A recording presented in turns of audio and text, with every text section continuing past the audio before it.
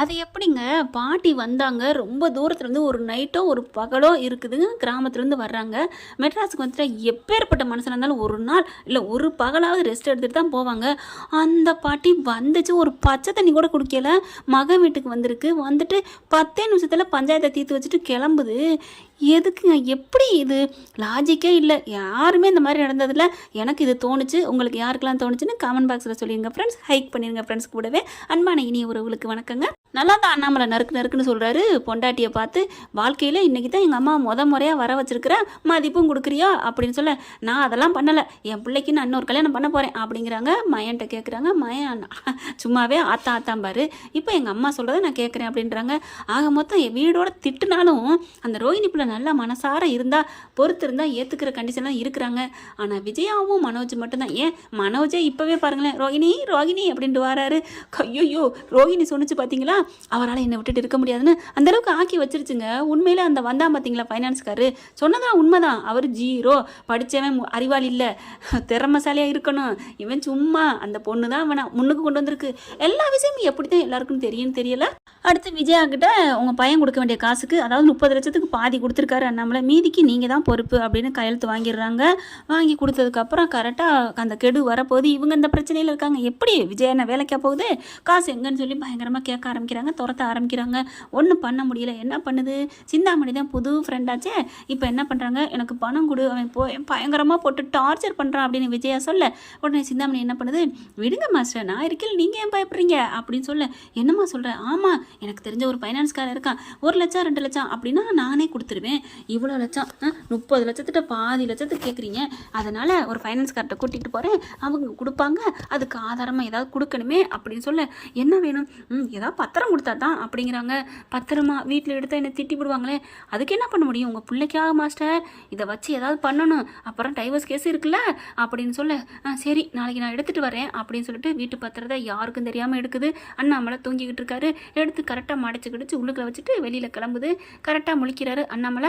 எங்கே போகிறேன் விஜயா, நான் சாமி கும்பிட போகிறேன், எங்கேயோ போகிறேன், என் வாழ்க்கையே போச்சு, இப்போ என்ன அப்படின்னு சொல்லிட்டு விஜயா போகுது. நேராக போயிட்டு சிந்தாமணி வீட்டுக்கு போக, அதன் தந்திரமான ஆளுங்க சிந்தாமணி, இந்த வீட்டில் இருந்தால் கண்டுபிடிச்சிருவான்னு கரெக்டாக வேறு வீட்டில் வேறு வச்சுருதா. இப்போ என்ன பண்ணுறாங்க, விஜயா பார்த்தோன்னே சரி வாங்க மாஸ்டர் அப்படின்னு அந்த ஃபைனான்ஸ்காரன்ட்ட போகிறாங்க. அந்த ஃபைனான்ஸ்காரன் வேறு யாரும் இல்லைங்க, இவங்க வச்ச ஆள் தான், இவங்க ஆஃபீஸ் தான், இவங்க ரூமு தான், அப்படியே ஆஃபீஸ் மாதிரி செட் பண்ணிவிட்டு இவங்களோட வீடு தான், பாலா வீடு வாங்கி வச்சிருக்காளே, ஏமாற்றி சிந்தாமணி பயங்கரமான வில்லிங்க. கரெக்டாக போயிட்டு விஜயா கொடுக்குது. அவங்க பத்திரத்தை வாங்கிட்டு பரவாயில்லம்மா உங்களுக்கு நான் எவ்வளோ லட்சம் வேணாலும் தர்றேன் அப்படின்னு சொல்ல, செலவுக்கு வேணும்னு சொல்லிட்டு இன்னும் எக்ஸ்ட்ரா 5 லட்சமும் சேர்த்து வாங்குது. வாங்கிக்கிட்டு பார்த்தா கையெழுத்து, எத்தனை கையெழுத்து, என்னம்மா 1 லட்சம் பேங்க்கு போனாலே 92 கையெழுத்து போடுறோம், இத்தனை லட்சம் சும்மாவா இருக்குது அப்படின்னு சொல்லிட்டு பத்திரம் ஃபுல்லாக வெளுத்து வாங்கிடுறாங்க கையெழுத்தை. காசை வாங்கிக்கிட்டு ரொம்ப நன்றி சிந்தாமணி, பரவாயில்ல மாஸ்டர் உங்களுக்கு செய்யாமல் வேறு யாருக்கு செய்ய போகிறேன் அப்படின்னு சொல்லிட்டு பத்திரத்தை வாங்கிக்கிறாங்க. அடுத்து இந்த அம்மா கிளம்பிடுது. இப்போ பார்த்தா மனோஜ் கையெழுத்தையும் வாங்கிடுறாங்க. ஏன்னா எல்லா பேரும் இல்லாட்டி 2 பேராவது வேணும் இல்லையா, அதனால வாங்கிட்டு ரொம்ப தேங்க்ஸ்னு வந்துடுறாங்களா. உடனே விஜயா வருது. அந்த ஃபைனான்ஸ்காரனை வர சொல்லுங்க அப்படின்னு சொல்ல, அண்ணாமலையும் ஃபோன் பண்ணி வர சொல்கிறாங்க. அந்த ஆள் வந்துடுறான். என்னமோ சொன்னியே அந்த வீணா போனவ அவள் தான் காசு கட்டுவா, அவன் மேலே தான் நம்பிக்கை இருக்குன்னு, என் பிள்ளைக்காக நான் உன் காசை கொண்டாந்துருக்கேன், இந்தா வட்டியை முதல்ல எடுத்துக்க அப்படின்னு கொடுக்க, பரவாயில்லையம்மா நீங்களும் நல்ல ரோசமான ஆளாக இருக்கீங்க அப்படின்னு சொல்லிட்டு, எங்க நான் போட்ட கையெழுத்து அப்படின்னு சொல்ல அந்த பத்திரத்தையும் கொடுத்துட்றாரு. வீட்டில் இருக்கிற ரவி, ஸ்ருதி, அண்ணாமலை, முத்து எல்லாரும் ஏது இவ்வளோ காசு ஏது அப்படின்னு கேட்குறாங்க. டே அதெல்லாம் அப்புறம் பார்த்துக்கலாம்டா, முதல்ல இந்த ஆளை விரட்டுங்க அப்படிங்கிறாங்க. அந்த ஆள் வாங்கிட்டு எனக்கு பணம் வந்துருச்சு ஒன்றும் பிரச்சனை இல்லைன்னு கிளம்பி போயிடுறாரு. உங்களுக்கு ஒரு நன்றி, உங்கள் திசைக்கு ஒரு நன்றின்ட்டு அப்படியே மனோஜ் பார்க்குறாங்க. அம்மா எப்படிம்மா எனக்காக நீ மட்டும்தாம்மா பாடுபடுற, எனக்கு ஆண்டவனாக கொடுத்த வரம்மா, நீ இருக்கிற வரைக்கும் எனக்கு பயம் இல்லைம்மா, என்னை விட்டு நீ எந்த காலத்துக்கு போகக்கூடாதுமா, நான் உயிரோடு இருக்கிற வரைக்கும் நீ இருக்கணுமா, இருப்பேன்டா தங்கம் இருப்பேன். எப்படி மனோஜுக்கு ஒரு 80-90 வயசு வரைக்கும் இந்த அம்மாவும் இருக்குமா, 120 வயசு வரைக்கும் எப்படியோ சொல்கிறாங்க. சரி விடுங்க. அடுத்து இங்கே இவன் மட்டும்தாங்க காசு வந்த வரைக்கும் சந்தோஷம் நினைக்கிறாங்க, மற்ற எல்லாரும் எப்படி வந்துச்சு எப்படி அப்படின்னு கேட்குறாங்க. நான் சிந்தாமணி தான் எனக்கு கொடுத்துச்சு.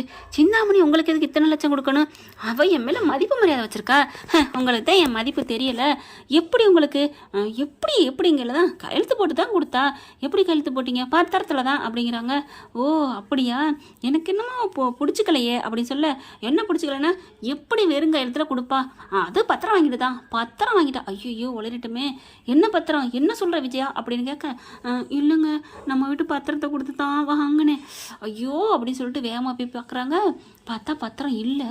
என்ன விஜயா காரியம் பண்ணி வச்சுருக்க? நான் என்ன பண்ணேன், பத்திரத்தை கேட்டால் தான் கொடுப்பாங்கன்னு சொன்னாங்க, அதனால் பத்திரத்தை கொண்டே கொடுத்தேன். எத்தனை லட்சம் இப்போ பாருங்கள், இப்போ கையில் ஒரு 2-3 லட்சம் கையில் வச்சுருக்கேன். அந்த வக்கீல் ஃபீஸ் கொடுக்கணும். எங்கே போகிறது, மற்றவங்களாம் தான் ஓட்டாண்டியாக இருக்காங்களே, யாராவது கொடுக்குறாருந்தா நான் ஏன் அப்படி கஷ்டப்பட போகிறேன் அப்படின்னு சொல்ல, ஏண்டி என்னடி நினச்சிட்டு இருக்க, அப்போ நான் வாங்கி கொடுத்துருக்கேன் அந்த கடை, அப்பா அதுக்கு சேர்த்து வாங்கணுமா, நான் வேணா அவகிட்ட போய் கேட்டு வாங்கிட்டு வரேன், அட்டிச்சேன்னு வைவேன் அப்படின்னு அண்ணாமலை கோவிக்கிறாரு. என்னங்க இப்படிலாம் திட்டுறீங்க? ஐயோ ஐயோ முத்து, இப்போ என்னடா இப்படி வாங்கிட்டாலடா, இப்போ நான் என்ன பண்ணுவேன், இப்போ ஏதாவது பண்ணணுமே அப்படிங்கிறாங்க. நான் ஊரில் இருக்க வயலை விற்றாலும் இப்படி உடனே கிடைக்காத காசு, இப்போ அவள் என்ன பண்ண போகிறான்னு தெரியலையே அப்படின்னு சொல்லி புலம்பிட்டு இருக்காங்க. இப்படியே சில நாட்கள் போகுது. இங்கே விஜயா வந்து தன் பிள்ளைக்கு பொண்ணு பார்க்குறதுக்கு போயிடுறாங்க. டைவர்ஸ் நோட்டீஸ் கொடுத்துட்டு, டைவர்ஸ் நோட்டீஸ் கொடுத்த உடனே பொண்ணு பார்க்க ஆரம்பிக்கிறாங்க. மனோஜ் என்ன பண்ணுறாரு, அம்மா நீங்கள் என்ன சொன்னாலும் சரிம்மா அப்படிங்கிறாங்க. சரி விடு, கவலையை விடு அப்படிங்கிறாங்க. அதுக்கப்புறம் வாடா நீ எல்லாத்தையும் விட்டு அடி, உனக்கு சூப்பர் பண்ண நான் கட்டி வைக்கிறேன், நீ ஷோரூமை மட்டும் பாரு அப்படிங்கிறாங்க. சரிம்மா அப்படின்னு ஷோரூமுக்கு போகிறாங்க. நானும் வரேன்டா இன்னைக்கு உனக்கு துணைக்கி அப்படின்னு சொல்லிட்டு விஜய் அங்கிட்ட போய் பார்த்துக்கிட்டு இருக்கு. நீ இந்த சேரில் தான்டா உட்காரணும் அப்படின்னு உட்கார வைக்கிது. மனோஜுக்கு அப்படியே ஒரு நிம்மதி வருது. எப்படியோ அம்மா நமக்காக இருக்காங்க அப்படின்ட்டு. கரெக்டாக அந்த சமயம் ரோஹிணி வருது. அப்படியே பார்த்தோம், எதுக்கு நீங்கள் வந்த, மனோஜ் உன்னை விட்டுட்டு என்னால் இருக்க முடியல மனோஜ், எப்படி மனோஜ் என்னை விட்டுட்டு இருக்கிற, பாரு நீ எனக்கு தேவையில்லை அப்படின்னு மனோஜ் சொன்னா கையை பிடிக்கிறாங்க. ப்ளீஸ் மனோஜ் அப்படின்னு கண்ணில் எடுத்து ஒத்தி வைக்க அப்படியே மனோஜுக்கு ஒரு மாதிரியா மெல்ட் ஆகுது. மனோஜ் உன்னை விட்டு என்னால் இருக்க முடியாது மனோஜ் அப்படின்னு உள்ளார போயிட்டு அப்படியே கட்டி பிடிச்சிடுறாங்க.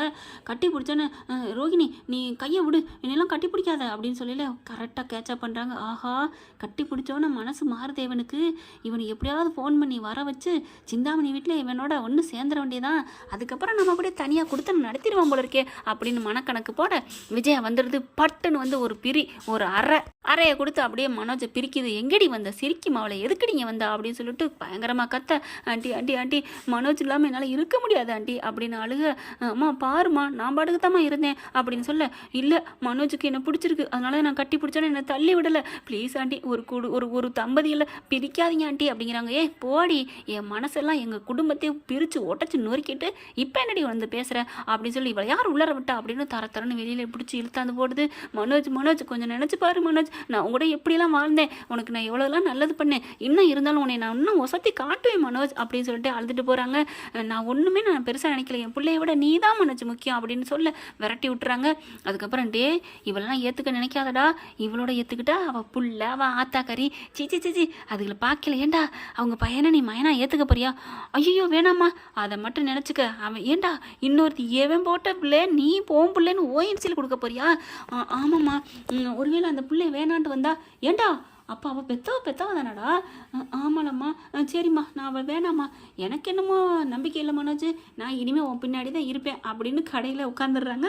அடுத்து பார்த்தீங்கன்னா கொஞ்சம் நாள் கழித்து சிந்தாமணி வருது. மாஸ்டர் அப்படின்னுக்கிட்டு, என்ன சிந்தாமணி வாங்க சிந்தாமணி அப்படின்னு கேட்க, ஐயோ அந்த கடங்காரன் போட்டு படுத்தி எடுக்கிறான் மாஸ்டர், நீங்கள் பணத்தை கொடுங்க மாஸ்டர் அப்படின்னு சொல்ல, நான் பணத்துக்கு எங்கே போவேன் இப்போ உடனே திடீர்னு கேட்டால், ஐயோ கேட்குறானே அவன் கொடுத்த டைம் முடிஞ்சு போச்சு அப்படின்னு சொல்ல, என்னது முடிஞ்சு போச்சா அப்படி எல்லாரும் பார்க்குறாங்க. இங்கே பாருங்கள் உடனேலாம் தர முடியாது, நீங்கள் தரலைன்னா அவன் வீடை சப்தி பண்ணிடுவான் அப்படி போடு, அப்போ உங்கள் குறிக்கோள் உங்கள் நோக்கம் நாட்டம் எல்லாம் இந்த வீட்டு மேலேயா, ஐயோ நான் என்ன பண்ணுவேன், உங்கள் ஃபைனான்ஸுக்கு ஒருத்தவங்க தெரிஞ்சவங்கள கூட்டி போனேன், அவங்க இப்படித்தான் ஏதாவது அடமானம் வச்சா அதை எடுத்துக்குவாங்க, அதுக்கு மேற்கொண்டு வர்றதை என்னன்னு பார்த்து கொடுப்பாங்க, இந்த வீட்டுக்கு மதிப்பு எப்படியும் இன்னும் 1 கோடி வரும், 1 கோடி வேணால் வாங்கிக்கங்க அவன் கொடுத்துருவான் அப்படின்னு சொல்ல, என்ன விளையாடுறியா அவ்வளோதான் பிஞ்சிரும் அப்படிங்கிற மாதிரி செம்மையாக கோவத்தோட கத்துறாரு முத்து. இங்கே பாருங்க மாஸ்டர், நான் அவ்வளோதான் சொல்லுவேன், 1 கோடி ரூபா வாங்கிக்கிட்டு எங்கிட்டாவது ஒரு சின்ன வீடாக வாங்கிக்கங்களேன், இருக்குது மெட்ராஸ்லேயே சூப்பராக 1 கோடிக்கு இருக்குது, இல்லாமல் ஒரு ஃப்ளாட்டை வாங்கிக்கோங்க, இந்த தொந்தரவும் இருக்காது, ரெண்டாவது அந்த ரோகிணி வந்துக்கிட்டே இருக்க மாட்டா, அவளுக்கு தெரியாத இடமா போயிடலாம்ல அப்படிங்கிற பார்க்குறாங்க. நான் அவ்வளோதான் சொல்லிட்டேன் மாஸ்டர், இவங்க வந்து இப்போ வந்து முதல் வார்னிங் கொடுத்துருக்காங்க, இன்னும் 1 வாரத்துக்குள்ள அவங்ககிட்ட வாங்கின காசை கொடுக்கலன்னா எழுதி வாங்கிடுவாங்க, அவ்வளோதான், நீங்கள் அப்படி தான் எல்லாம் பண்ணி சைன் பண்ணி கொடுத்துருக்கீங்க அப்படின்ட்டு போக, வாங்க அப்படின்னு சொல்லிட்டு போயிடுறாங்க. போச்சா வீடு போச்சு அப்படின்னு சொல்லிட்டு ஒரே நடுக்கத்தில் பயத்தில் இருக்காங்க. இப்போ என்ன பண்ணுறது, பத்திரம் அவட்ட போய் மாட்டிக்கிச்சே அப்படின்னு புலம்பி தள்ள ஆரம்பிக்கிறாங்க. உனக்கு வேணும் பேராசப்பட்டியில் நீ எல்லாம் அனுபவி அப்படிங்கிறாங்க.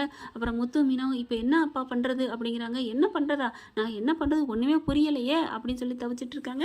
இந்த வீடியோ உங்களுக்கு பிடிச்சிருந்தா தயவு செய்து லைக் பண்ணுங்க. இன்னும் அப்டேட்ஸ்க்காக சேனலை சப்ஸ்கிரைப் பண்ண மறக்காதீங்க. நம்ம கிட்ட இருக்க எல்லா சேனல்ஸோட லேட்டஸ்ட் வீடியோ அப்டேட்ஸ்க்காக மேல ரைட் சைடுல காட்டுற லிங்கை கிளிக் பண்ணி வாட்ஸ்அப் குரூப்ல ஜாயின் பண்ணுங்க. உங்களிடம் விடைபெறுவது நான் உங்கள் மெஹர்.